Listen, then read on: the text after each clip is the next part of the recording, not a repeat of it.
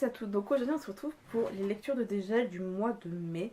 Je suis désolée s'il n'y a pas eu ceux d'avril, sachez que je l'avais tourné et le mois de mai était bien entamé quand je voulais la monter et la vidéo a disparu. Alors il se peut que j'ai les supprimé par mégarde, je ne voulais pas la retourner parce que je ne sais plus quelle vidéo j'avais dedans et donc quel livre pardon j'avais dans la vidéo. Donc je suis un peu désolée s'il n'y avait pas ceux que vous vouliez, mais je m'attrape pour ceux de mai. Oui, le mois est déjà bien entamé. Voilà, donc il faut savoir c'est que j'ai repris, j'ai eu un travail à 35 heures. J'ai du mal pour l'instant à me. Comment dire, trouver le temps. Enfin, j'arrive plus à m'organiser suffisamment comme je le veux pour tout faire. Faut que je trouve un espèce de. Comment dire, un planning. Je sais trouver une sorte de. J'avais commencé la belle journée, il faudrait que je me remette, c'est peut-être plus pratique pour me réorganiser. Comme ça permettra moi de mieux faire ce que j'ai à faire. Sur ce, on va commencer.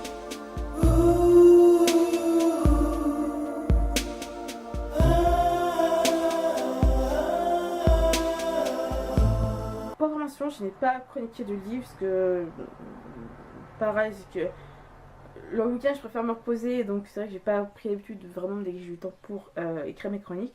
Je vais en faire, vous en faites pas, mais pendant le mois de mai j'ai quand même terminé le tome 5 des œuvres d'Alexia, donc Spirale d'Anne Roubien, c'est sur Michel Lafon.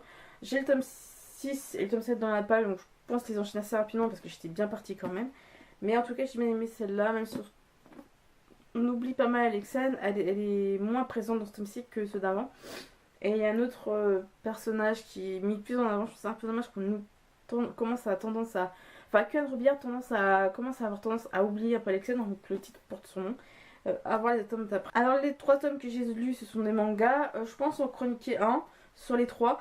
Si vous voulez que je chronique les 2 autres, n'hésitez pas à me le dire en commentaire, je suis ravie de le savoir.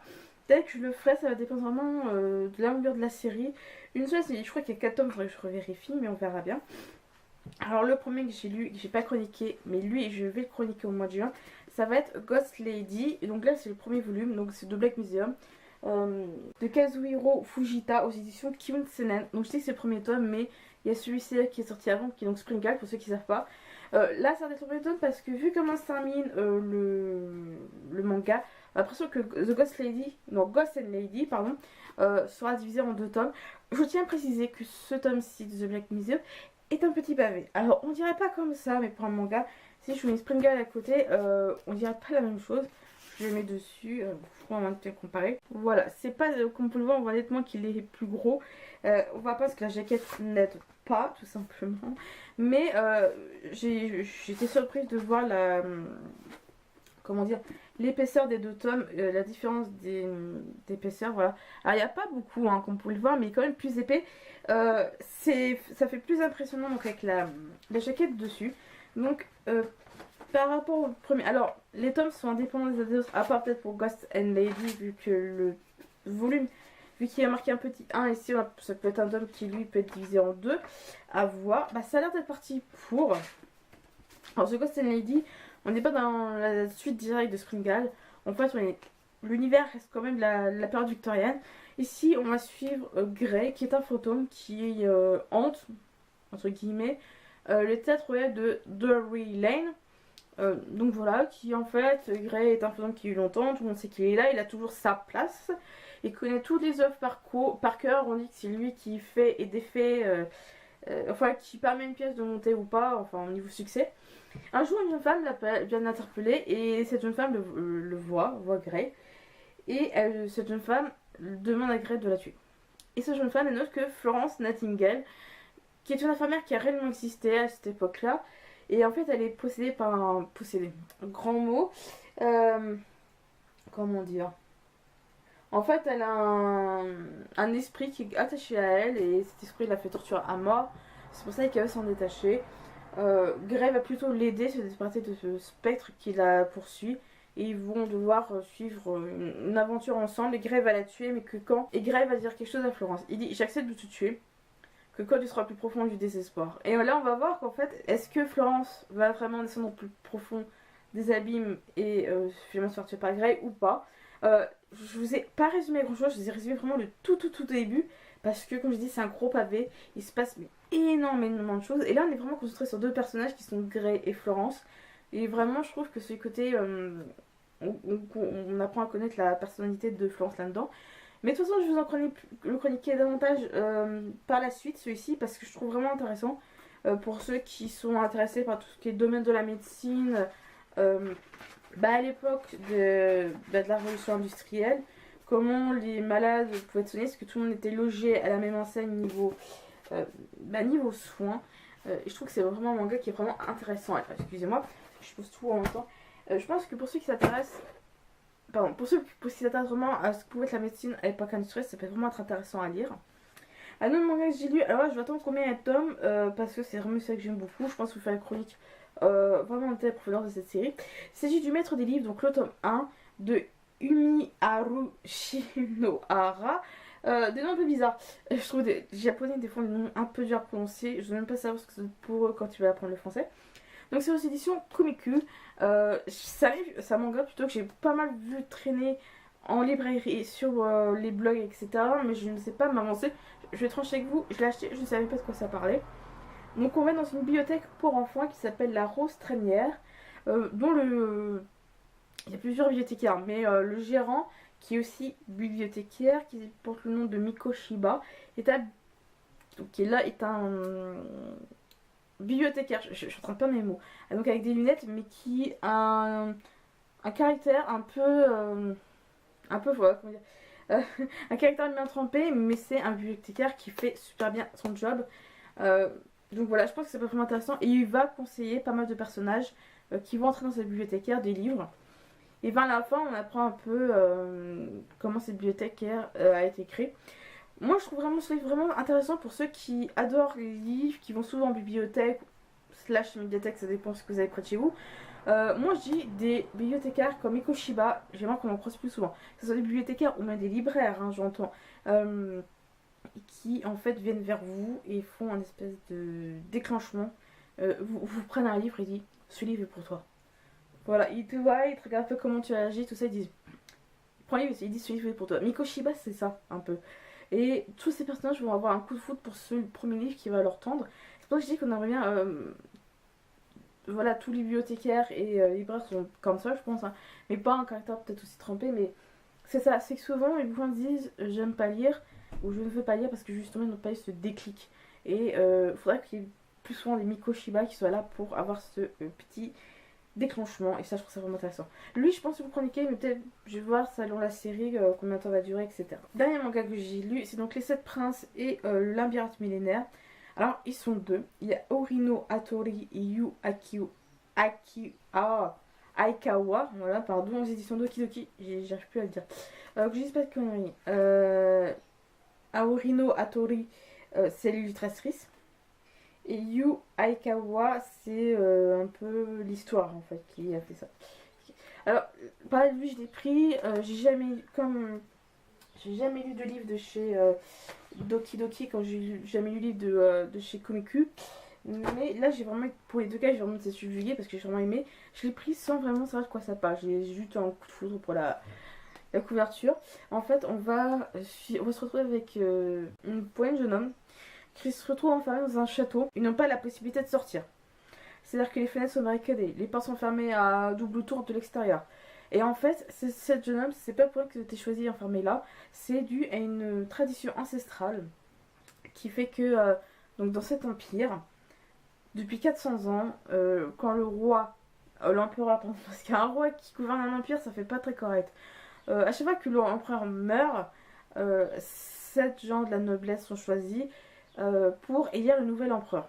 On a un mélange entre empire et république, entre guillemets.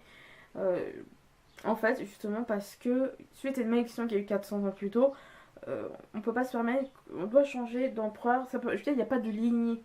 C'est-à-dire, c'est pas le fils héritier qui devient empereur, mais on est obligé d'en choisir un autre à cause de ce qui s'est passé. Et donc, en fait, ces jeunes hommes se rendent compte très vite qu'ils sont là pour ça, pour élire un nouvel empereur. Mais ça va mal se finir parce que ça passe. Comment dire, ça va partir un peu en vrille. Ça se passe pas comme prévu. Et là, on va savoir ce qui va arriver à ce jeune homme. Et voilà. Alors là, je crois que c'est 4 tomes, que je dise pas de bêtises. Voilà, les 7 princes et Labyrinthe Millénaire, 4 volumes. Donc en 4 volumes. Là, pardon. Alors je tiens à préciser que c'est justement 7 jeunes hommes qui viennent de 7 horizons différents. Il y en a de la noblesse, il y en a un qui est détective, il y a un qui est voleur, il y a un, c'est une célébrité de la chanson, enfin bref, de tous horizons. Et moi j'ai bien aimé parce qu'on se dit, il y a une espèce de suspense, tu dis ouais, on n'est pas là, je dis, c'est qui le prochain empereur maintenant? Non, c'est vraiment ce côté, on est libre mais on y va.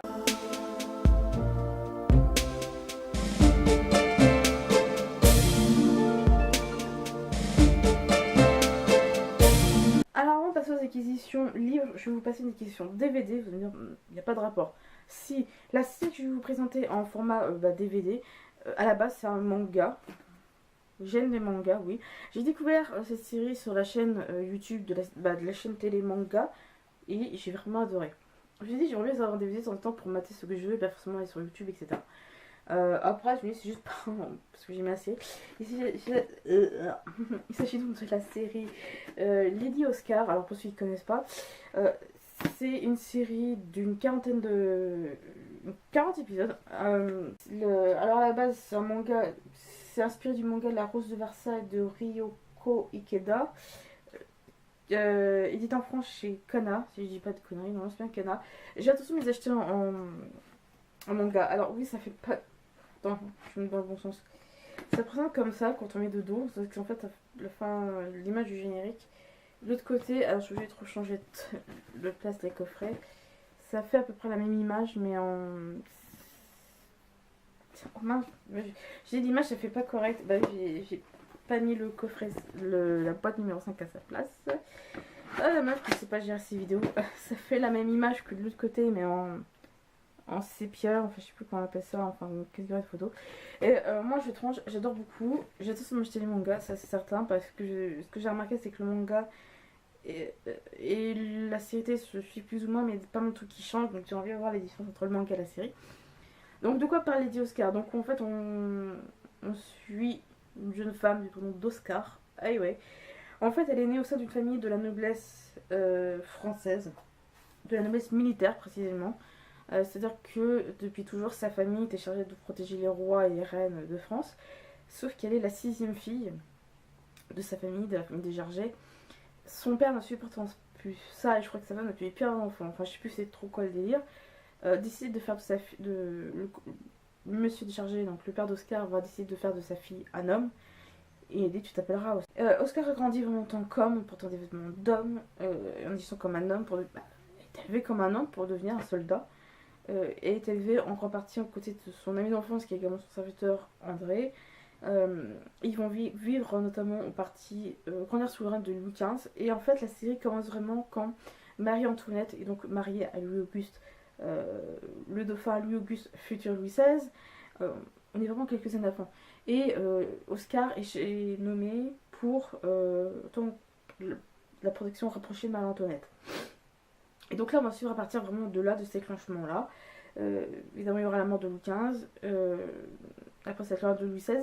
Et la série va se continuer comme ça jusqu'au début de la Révolution française, donc en 1789, c'est-à-dire de 1870, enfin un truc comme ça, je sais plus exactement les années, jusqu'en 1789, au début de la Révolution. On va savoir un peu vraiment le développement de l'état de la France à cette époque-là, au travers d'Oscar et des autres qui l'entourent. On a des personnages qui ont réellement existé, qui apparaissent dans la série, donc Marie-Antoinette, Louis XVI, Louis XV. Madame du Barry qui était la dernière maîtresse de Louis XV. Et oui, il n'y avait pas que la Pompadour qui était la maîtresse de Louis XV. Attends, Marie-Antoinette, Louis XVI, Louis XV, Madame du Barry. Le comte Axel de Fersen qui était l'amant de Marie-Antoinette. Et on a notamment Robespierre. C'est vraiment c'est injuste aussi, mais faut me connaître. Robespierre aussi qui est très connu parce que c'était un des grands chefs de la Révolution. Moi j'aime vraiment parce que ça trace vraiment pas peu l'état de la France, comment le gouffre entre la noblesse qui vit à Versailles et le pauvre peuple de France se creuse. Parce que le peuple a extrêmement faim, tandis que vous avez une noblesse qui est dans une opulence incroyable. Et vraiment, voilà, moi c'est ça que j'ai vraiment aimé parce que tout le monde change au fil de la série, niveau de ce qui se passe en fonction des événements. Moi c'est vraiment une série que j'aime beaucoup, je vous la conseille si vous pouvez la voir. Je vous mettrai ici la chaîne manga, ils ont la playlist de la série d'été Oscar et franchement je vous conseille de la regarder. Si vous aimez l'histoire, alors partie cette parole de l'histoire. Alors niveau acquisition, il y en a 6. Alors faut savoir une chose, Tu sais que je vois de la famille qu'une fois par an. On m'a donc donné un peu de sous pour mon anniversaire à Noël. Ça, de me dire, ouais, t'as pas, ils ont pas longtemps depuis Noël, etc. Sachez que c'est un côté de famille que je ne vois que très rarement par an, genre 1 ou 2 fois par an et encore. Donc là, on m'a donné un peu de monnaie, enfin un peu d'argent, parce que pour que je me fasse plaisir, parce que c'est vrai que pour moi c'est très dur de choisir. Je vais donc à la Fnac, parce que là je vais m'acheter un jeu, je vais 50 euros. Je me dis, ouais, j'aurais peut-être suffisamment assez pour acheter le manga que je voulais. Et en fait, le jeu ça va que je l'ai payé 20 € moins cher, donc je l'ai payé 30 au lieu de 50. Mais ça n'avait pas le manga que moi je voulais. Donc déjà, je me dis, déjà ça me fait plaisir parce que j'économise pas mal, donc j'ai assez de marge. Parce que les mangas, souvent, c'est pas trop qu'on écoute. Hein. Je suis tranche avec vous, les prix ça dépend de la série, de l'édition, etc. Donc je suis directement pris dans une librairie que je vais très souvent. Il s'agit de la librairie Bulle au Mans. Je vous en parle très souvent, mais c'est une librairie où je suis sûre de trouver ce que je veux en BD, manga, comics. Enfin, pour ceux qui habitent le Mans et qui adorent tout ce qui est BD, comics, manga, allez-y là-bas. Je vais vous montrer de toute façon l'adresse et toutes les infos nécessaires. Et donc je l'ai trouvé. Il s'agit donc de Ghost Lady. Donc le tome 2, là c'est 2.1, on va dire ça comme ça, de Kazuhiro Fujita aux éditions Kiun dans la collection CNN. Excusez-moi, il commence à faire chaud, je vais ouvrir ma fenêtre, on entend tout ce qui se passe dans la rue. Donc voilà, je vous en ai parlé tout à l'heure, donc voilà. Je vais donc à la caisse, je donne le manga à la dame, parce que l'histoire n'est pas finie. La dame, en fait, j'ai une carte de fidélité chez eux qui ont dans leur stock, dans leur base de données, dans leur réseau chez eux. Elle me dit, ah bah vous avez une sacrée petite cagnotte. Je fais, ah bon, elle fait oui, vous avez, j'avais un peu plus de 16 € de cagnotte. Elle me dit, vous avez le choix, c'est soit je vous fais un avoir, enfin un bon, et vous l'utilisez plus tard, ou vous l'utilisez maintenant, les 16 €. Je vous utilise maintenant, parce que 16 €, quand on a vu que le prix de celui-là, il m'a dû coûter 8 € des brouettes, je me dis, je vais en profiter. Et j'ai donc pris, parce que je l'ai vu, j'ai dit, ça fait un bouton que je voulais le prendre.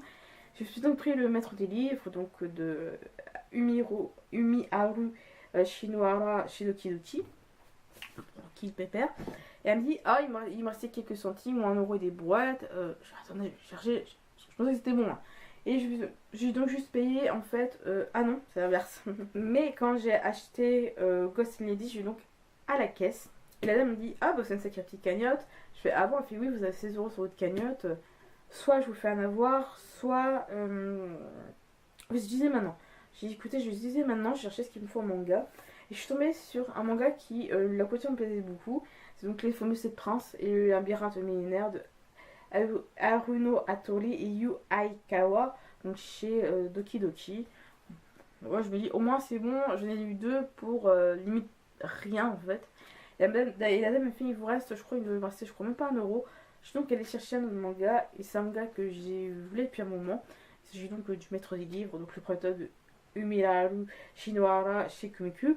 Elle me dit, c'est bon, je crois que j'ai juste eu à payer celui-là. Hein. Les deux autres, je les ai rien payé du tout, surtout pour Ghost in Lady, parce que vu le prix qu'il coûte, je crois qu'il paye 8 € des boîtes. Moi, j'appelle ça de l'économie. Après, appelez ça comme vous voulez. Qui dit mais dit forcément tout ce qui est brocante, etc. Je comprends.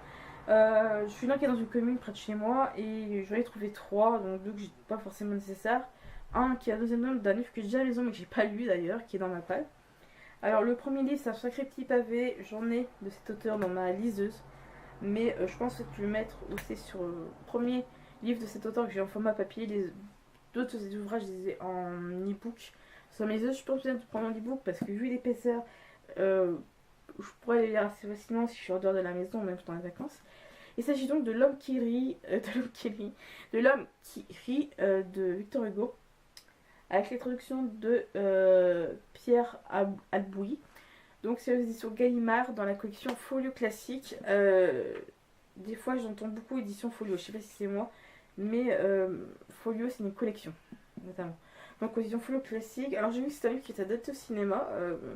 Je verrai peut-être le film après avoir lu le livre parce que sinon je n'aurais pas envie de le lire. C'est donc un gros pavé. Pour format poche, il est énorme. Je vais enlever la partie note. Le livre, le dossier annexe, fait 767 pages et quand on a tout le dossier, c'est-à-dire tout ce qui est vie de Victor Hugo, lettres, notes préparatoires, et des notes, etc. Le livre, et puis la table des matières, etc., on monte facilement à 838 pages. C'est un petit pavé pour un format poche et je tiens à préciser que c'est écrit très petit et très serré. Donc ça, je pense que c'est un truc qu'on peut garder l'été très facilement. Un autre livre que j'ai vu sur le même stand, c'est Violente ou Violente ou le bal des scélérats de Édouard Bernadac aux éditions Prisma. J'ai jamais lu de livre de cette édition en commun cet auteur. Alors L'homme qui rit, j'ai pas trop lu le résumé parce que je comprends pas trop. Je vous mettrai de toute façon le lien de livre addict des résumés de L'homme qui rit. Parce que je sais pas, j'ai moi-même pas trop compris le résumé, j'ai pas envie de vous faire une espèce de lecture. Pour Violente, donc en fait on est en 1608 à Toulouse. Violente est une jeune fille qui est d'origine catalane et qui paraît un peu trop libre pour son époque. Donc ce qui fait qu'elle fait, elle fait tomber toutes les têtes, hein, elle fait tomber toutes les têtes, pas tomber toutes les têtes, et qui en fait, pour une femme de son époque qui est pas trop libre et qui etc., c'est pas trop idéal, où ce but d'une femme c'est d'être mariée, d'avoir des enfants et de tenir une maison. Pour Violente, cette vie ne lui plaît pas, il va faire tout faire pour vivre coûte que coûte, sauf que là il y a un problème. Il y a la peste bubonique, pardon, et donc ici dans la région, et son destin se trouve sur lui. C'est un livre qui est pas trop épais, jour pour l'été, ça peut être très bien. Donc le livre fait même pas 260 pages, et à ce que j'ai compris, ça a l'air d'être basé sur une histoire vraie. À voir. Donc là, comme j'ai dit, il s'agit d'un tome 2, il s'agit donc des Fils de France, le tome 2 de la série, enfin de la trilogie, c'est une trilogie d'ailleurs, je sais plus si c'est une trilogie ou une duologie. Donc c'est de Franck Ferrand. Donc c'est le deuxième tome de La Cour des Dames, écrit par Franck Ferrand, édité chez Flammarion. J'adore la couverture comme le premier.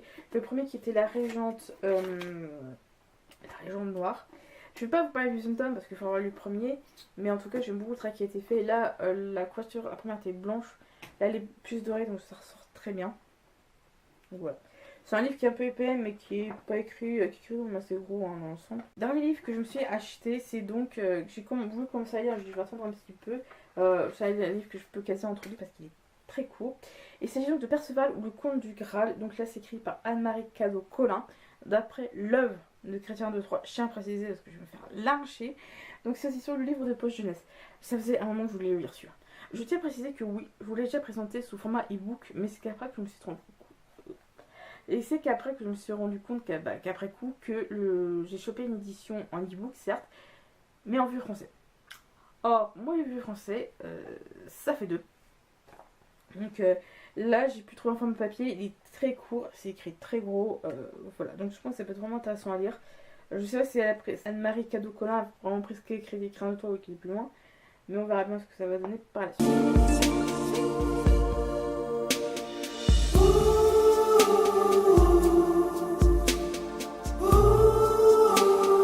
Pour ma page du mois de juin, je dois donc terminer déjà Le Secret des habits des monastères dont Royal chez France Plaisir. Et je vais aussi lire Les Corps de Cristal, épisode 1 et 2, L'Androubière chez Michel Lafon. Ce sont donc les deux de mes deux challenges. J'en ai un autre en cours de lecture, donc il va peut-être être fini. Là, avec les jours qui reviennent, je crois avoir trouvé un rythme qu'il me faut pour tout faire.